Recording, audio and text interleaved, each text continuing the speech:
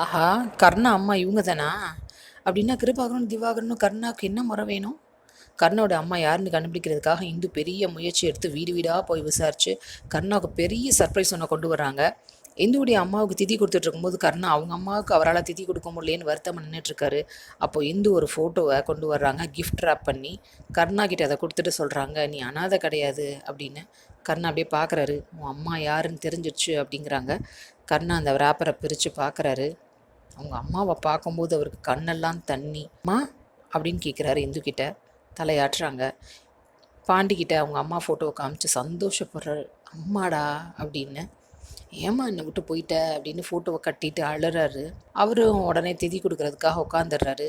அந்த பக்கம் தீனதயாளன், கிருபாகரன் அவங்களாமே திதி கொடுத்துட்ருக்காங்க. இந்த புரோகிதர் இந்த ஃபோட்டோவை எடுத்து வச்சுட்டு இருக்கிறத பார்க்குறாரு தீனதயாளன். அவருக்கு யார் ஃபோட்டோவை வச்சுக்கிட்டு இருக்கான் அவன் அப்படின்னு டவுட்டாகவே இருக்குது. அப்படியே பார்த்துக்கிட்டே இருக்காரு. கடைசியில் இந்த ஃபோட்டோவில் யாருங்கிறத பார்த்துடுறாரு. அவருக்கு கண்ணெல்லாம் தண்ணி.